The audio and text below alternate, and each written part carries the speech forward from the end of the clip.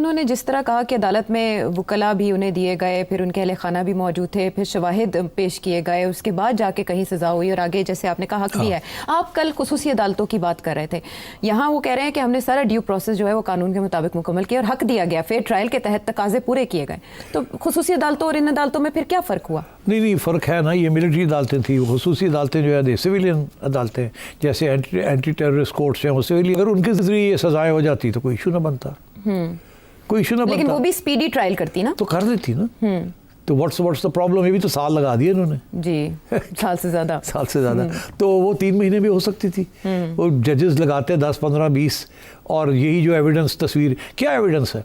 जो एविडेंस दिखाई है वो ये वीडियो शॉट्स, तो वो तो वीडियो शॉट्स 3 दिन के बाद सब थे इनके पास, तो वही यहाँ दिखाते और सबको सजाएं हो जाती कि ये देखिए ये लूट मार हो रही है, ये हो रहा है, आग लगाई जा रही है, आर्सन हो रहा है, ये हो रहा है। उसके अंदर इनको सजा दे देते और फिर वो अपीलों में चला जाता और वहाँ देखा जाता क्या होता है। अभी भी वही होगा। तो वही तो ये इसलिए मिलिट्री कोर्ट्स में लिखे गए एक धमकी देनी थी। अच्छा। कि अगर आप ये आपने जो किया है सब कुछ, ये एक साजिश के तहत किया है, और वो साजिश अभी तक प्रूव नहीं हुई। ये मैंने कल भी कहा था, आज भी मैं आपसे कह रहा हूँ, और उसका इशारा उन्होंने आज ज़रूर किया है कि ये दिस वाज अ कंस्पिरेसी। और मगर इंटरेस्टिंग बात क्या है, अब जो मुझे जो इसमें से सबसे ज़्यादा इंटरेस्टिंग चीज़ लगी है वो ये है कि उन्होंने कहा कि नाम नहीं लिया, मगर ये कहा है कि PTI जो है उसके जो फ़लसफ़ा है इस टेररिज्म, इंतशार और दहशतगर्द टोला। तो और उसका हिसाब उन्होंने लिया 2014 से। ये पिछले 2 इंसिडेंट्स नहीं, 2014 से हिसाब लेना शुरू किया। पार्लियामेंट पे हमला किया गया, वो सारा कुछ, धरने जो किए, लॉन्ग मार्चेस जो की, जिस किस्म की सारी चीज़ें हुई वो, और यहाँ तक ले आए हूँ। तो अगर ये तो बहुत सीरियस इंचार्ज है ना कि PTI को ये कहना कि उसका जो फ़लसफ़ा है और जो उसकी प्रैक्टिस है वो है दहशतगर्दी, तो फिर तो देखिए इसके बाद तो फिर रह कुछ नहीं जाता ना।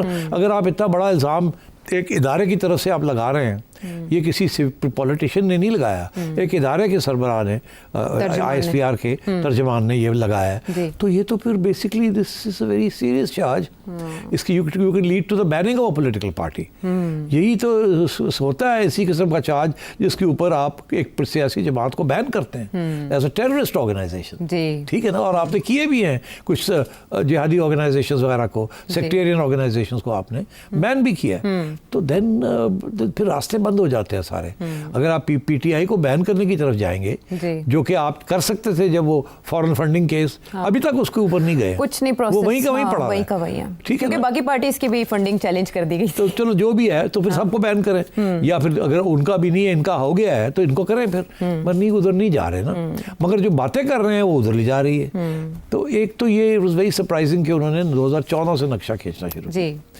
मगर फिर ये इसकी सरप्राइजिंग बात ये भी है कि शायद भूल गए, या शायद जज्बाती हो गए, या शायद डिसोन करना चाह रहे हैं अपने प्रीडिसेसर्स को कि इमरान खान तो पुरानी इस्टेब्लिशमेंट के बच्चे हैं। पुराने वो जो सारा कुछ हुआ वो तो उस वक्त की इस्टेब्लिशमेंट के कहने के ऊपर हुआ, वो तो सबको पता है। खान साहब खुद मानते हैं इस बात को, जब उन्होंने अब उनकी जो क्लिप्स चल रही हैं, किस तरीके से उन्होंने डिफेंड किया सेम पेज को, किस तरीके से वो डिफेंड करते थे मिलिट्री कोर्ट्स को, किस तरीके से वो ISI को डिफेंड करते थे, किस तरीके को ईव्स ड्रॉपिंग, ये जो फोन टैपिंग को वो डिफेंड करते थे, और इंक्लूडिंग हिज ओन कि मैं प्राइम मिनिस्टर हूँ, मेरे फोन को टैप करना चाहिए मेरी हिफाजत के लिए, और वो ऐसा ही करती है। और मतलब वो सारा कुछ था ना, तो वो एस्टैब्लिशमेंट के बच्चे थे, एस्टैब्लिशमेंट उनको लेके आई थी, और एस्टैब्लिशमेंट ने नवाज शरीफ को गिराया था उस वक्त की। तो अब ये कहना कि 2014 में ये दहशतगर्द थे, तो फिर इसके साथ तो फिर और भी बातें निकल आती है ना। तो उस वक्त की एस्टैब्लिशमेंट एक दहशतगर्द पार्टी को सपोर्ट कर रही थी, या उसको बनाया इन्होंने दहशतगर्द। तो ये अब छोड़ दे इस बात को। मैं समझता हूँ कि इसकी ज़रूरत नहीं थी उधर जाने की, और इतनी गहराइयों में नहीं जाना चाहिए, फिर आपके ऊपर और सवाल खड़े हो जाते हैं। लेकिन तालिबान के हवाले से पॉलिसी का भी तो जिम्मेदार, तो फिर अब आइए आप तालिबान के ऊपर, फिर आप जैसी ख़वातीन ये सवाल पूछ लेती हैं कि जी ये तो जो पॉलिसी थी हाँ। ये जो पॉलिसी थी उनको यहाँ सेटल करने की जी। या रिहेबिलिटेट करने की, तो ये तो पिछली एस्टेब्लिशमेंट की पॉलिसी थी। जी। और जिन साहब को आपने इस वक्त जिसके खिलाफ आप कोर्ट मार्शल प्लानिंग कर रहे हैं, हाँ। जनरल फैज़ हमीद, उस वक्त की इंटेलिजेंस एजेंसीज जो थी और जो आर्मी चीफ थे और जो आर्मी हाई कमांड थी, because ISI is not an independent organisation, तो then they are responsible for the crisis of Afghanistan. ठीक है ना? हाँ, लेकिन उसमें पहलू ये है सिर्फ माजरत कतकलामी की, कि वो कहते हैं कि जो आज भी उनसे मुज़ाकरात की बात कर रहे हैं, आज भी जब इतने हमले हो चुके, तो ये बात जाहिर करती है कि 2021 में इन्हीं की पॉलिसी की वजह से ये आज का मसला है, क्योंकि आज भी इमरान खान उनसे तो मुज़ाकरात की बात कर रहे हैं ना, वो कह रहे हैं कि आप अटैक ना करें, आप उनसे बात करें। देखिए, मुज़ाकरात की बात नहीं है, बात ये है कि आप टेररिज्म छोड़ दें। मुज़ाकरात किसके ऊपर करेंगे आप? मुज़ाकरात तो पता है आपको कि 2008 से लेके 2016 तक या 18 तक 14 मुज़ाकरात हुए थे, नेगोशिएटेड सेटलमेंट्स। तो ये तो it's a history of capitulation, अच्छा। कि बातचीत करके इनको रोकने की कोशिश की गई। और एक ज़माना ये भी था कि इनको कहा जाता था कि ये अच्छे मुसलमान हैं, मगर थोड़े मिसगाइड हो गए हैं। अच्छा, misguided. Good Taliban bad Taliban आगे थे। हाँ, कि ये अच्छे तालिबान में से हैं, ये बैड तालिबान नहीं है। ये हमारे हैं ना, तो अच्छे तालिबान है। पता लगा कि वो अफगान जो थे वो इतने बुरे नहीं थे, हमारे ही बुरे निकले। बहरहाल वो बात की बात है। हाँ, लेकिन सिर्फ इमरान खान साहब के सर पे ये इल्ज़ाम धरना, हाँ, तो ये गलत है। अच्छा। ये उस वक्त इमरान खान साहब तो सिर्फ स्पोक्समैन थे एस्टेब्लिशमेंट के। अच्छा। तो ये एस्टेब्लिशमेंट की पॉलिसीज़ थी, खान साहब के बस की बात नहीं थी ऐसी पॉलिसीज़ बनाना।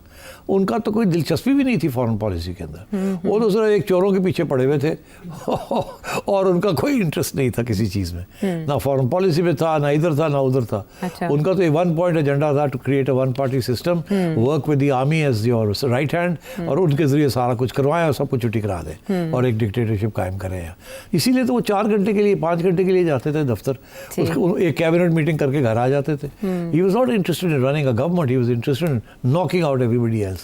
तो इसीलिए तो इल्ज़ाम लगता है ना कि फाशिस्ट थे वो। बहरहाल वो अलग बात है। अब आइए कि तो ये सारी चीज़ें खड़े हो जाते हैं सवाल जब आप इस किस्म की बातें करते हैं। मगर अब बात ये है कि Afghanistan is a real issue, PTI is a real issue. जी, ठीक। एंड आई थिंक ये दोनों इश्यूज को सही, और अब आगे जाके in my view America is going to become a real issue. But उस पे बात क्यों नहीं की गई आज? तो खैर मेरा ख्याल है वो अच्छा ही है, बात नहीं की गई इन माय व्यू। उसकी वजह ये है कि ये जो वहाँ से बातें हो रही है ना, they are not at the highest level, वो एक पर्सनल लेवल पे हैं, and to respond to them at a high level, institutional level is not a good idea. अच्छा। Foreign office was under pressure, उन्होंने एक बयान दे दिया, उसके बाद चुप कर गए। Good for them. मेरा ख्याल है डिफेंस मिनिस्टर साहब ख्वाजा आसिफ को कुछ कहने की जरूरत नहीं थी, मगर वो भी प्रेशर होगा ना, कुछ तो कहे ना। होता है ना कि वो आपके ऊपर हमला हो रहा है और आप कुछ नहीं कह रहे।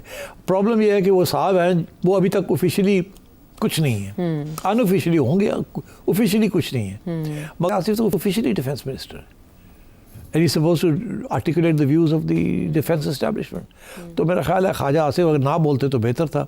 साद रफ़ीक साहब बोलना चाहते तो बोल लेते, because he is a member of a political party, but he उनके पास ओहदा कोई नहीं है। ऐसे और भी लोग हैं, उनसे कब बात करवा देते, क्योंकि उन्होंने तो जो बात वहाँ की है वो तो किसी ओहदेदार से तो नहीं करवाई ना। तो इसलिए आई थिंक यहाँ थोड़ी सी मिसप्लेस कॉन्क्रीटनेस जिसे कहते हैं वो हो गई।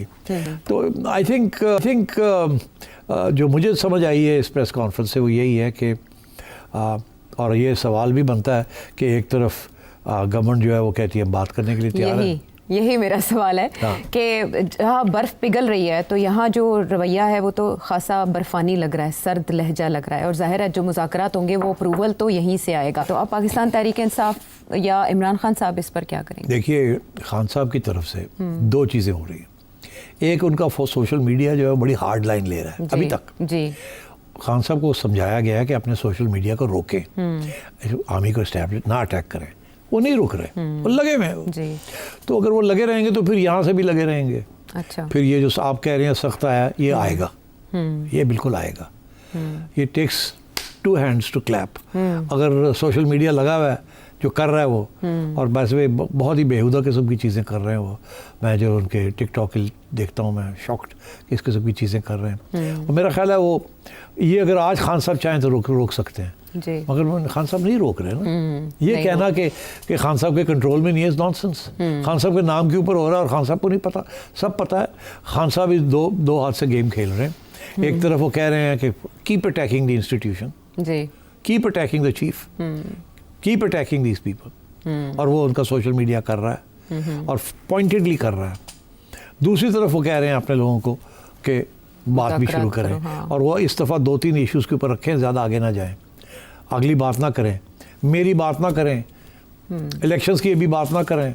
अच्छा, जो पहले उनके 4 पॉइंट्स थे ना, उनमें से 2 आ गए, अब जी। 2 ड्रॉप कर दिए कि this is not the time to raise those. इस वक्त सिर्फ ये कि जी लोगों को रिलीज़ किया जाए और एक जुडिशल कमीशन बनाया जाए। वो भी तो टैक्टिकली चलना चाह रहे जी। हैं, तो फिर इधर से भी टैक्टिकली उन्होंने कहा ठीक है, फिर तुसी वो चलाया तो फिर असी भी चलाने हैं। तो मेरा ख्याल है वो जो आपसे ना टॉक फाइट ये वही खाता है। इधर से भी टॉक फाइट, उधर से भी टॉक फाइट। खान साहब ने भी अपनी एक टीम फाइटिंग के लिए रखी हुई है, एक टीम टॉकिंग के लिए रखी हुई है। इन्होंने भी एक टीम रखी हुई है फाइटिंग के लिए और एक टीम रखी हुई है टॉकिंग के लिए। फाइटिंग के लिए जो है वो इंटेलिजेंस एजेंसियाँ इनकी, और टॉकिंग के लिए इनकी गवर्नमेंट। जी, इनकी गवर्नमेंट है। अच्छा, आज के इस प्रेस कॉन्फ्रेंस के बाद पीटीआई के मुख्तलिफ रहनुमा तो रद्द-ए-अमल दे रहे हैं, लेकिन ज़ाहिर है ट्विटर, जैसे आपने कहा, उनका सोशल मीडिया अटैक कर रहा है। क्या ये आज की गुफ्तगू काफ़ी है कि इमरान खान साहब मुज़ाकरात से पीछे हट जाएं और जो दोबारा इनकी मीटिंग होनी है उसके लिए कोई पेशरफ ना हो सके? और नहीं, देखिए, ये कोई खान साहब अगर ये कहेंगे ना कि ये बड़ी ज़्यादती की है, हम नहीं बात करते, तो उसमें खान साहब को नुकसान है। Khan Sahab is on a weak wicket right now. Khan Sahab ये इम्प्लीमेंट नहीं करवा सकते अपनी ये सोशल बॉयकॉट जो ये कराना चाह रहे हैं ना, सिविल डिसोबीडियंस, ये फेल हो जाएगी। अच्छा, इट विल नॉट सक्सीड। तो अगर ये फेल हो गई तो फिर और मसले बन जाएंगे खान साहब के लिए। एक दफ़ा तो ये धरना तो फेल हो गया, ये जो एहतजाज था वो तो फेल हो गया। तो अब वो खान साहब को भी रिट्रीट चाहिए, उनको भी थोड़ी ब्रीदिंग स्पेस चाहिए। ठीक। तो मेरा ख्याल है कि both sides will continue on this path.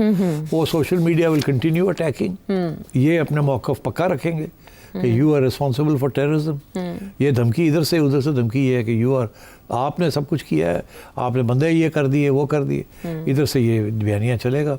In between government और जो इनकी जो टीम है वो हाफ हार्टेड किस्म की बातें चलेंगी, वो मेरे हिसाब से कहीं नहीं जाएंगी, वो मगर चलेंगी ज़रूर। वो चलेंगी, फिर टूट जाएंगी, फिर चलेंगी, फिर वो टूट जाएंगी। तो ऐसे ही काम चलता रहेगा। अभी कोई ब्रेक थ्रू का कोई इम्कान नहीं है, मगर मैं समझता हूँ अगले 2-3 महीने में डेवलपमेंट्स कुछ होंगी। मैं उधर अभी नहीं जाना चाह रहा। मैंने 1-2 पेशेंट गोइयाँ भी की हुई हैं। वी वेट एंड सी कि ये कैसे डेवलपमेंट होती है। हाँ, ज़्यादा दूर नहीं है, 2-3 माह। हाँ, और क्या। हाँ,